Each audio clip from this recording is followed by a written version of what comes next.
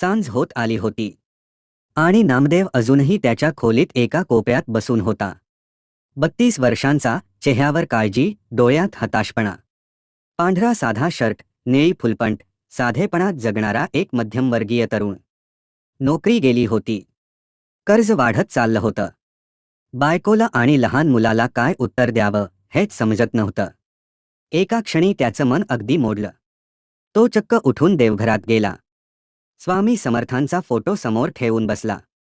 हळू आवाजात तो म्हणाला, स्वामी, आता काहीतरी करा. नाहीतर हे जीवन संपवण्याची वेळ आली आहे. आणि तेव्हाच एक गर्म, स्थिर आणि मजबूत हात त्याच्या खांद्यावर येऊन ठेवला. नामदेव चमकून मागे वळला. पण कोण नव्हतं.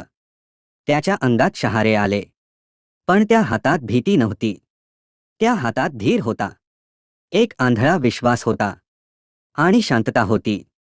त्याने पुन्हा एकदा स्वामींच्या फोटोकडे पाहिलं.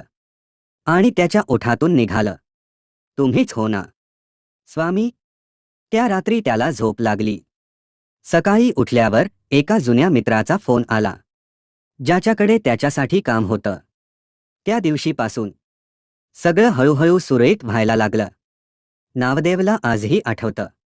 तो हात, तो क्षण आणि ती भावना. कारण स्वामी फक्त ऐकत नाहीत. ते पाठीशी उभं राहतात. शब्द न वापरता आधार देतात. अन संकटाच्या काळात खांद्यावरचा हात बनतात.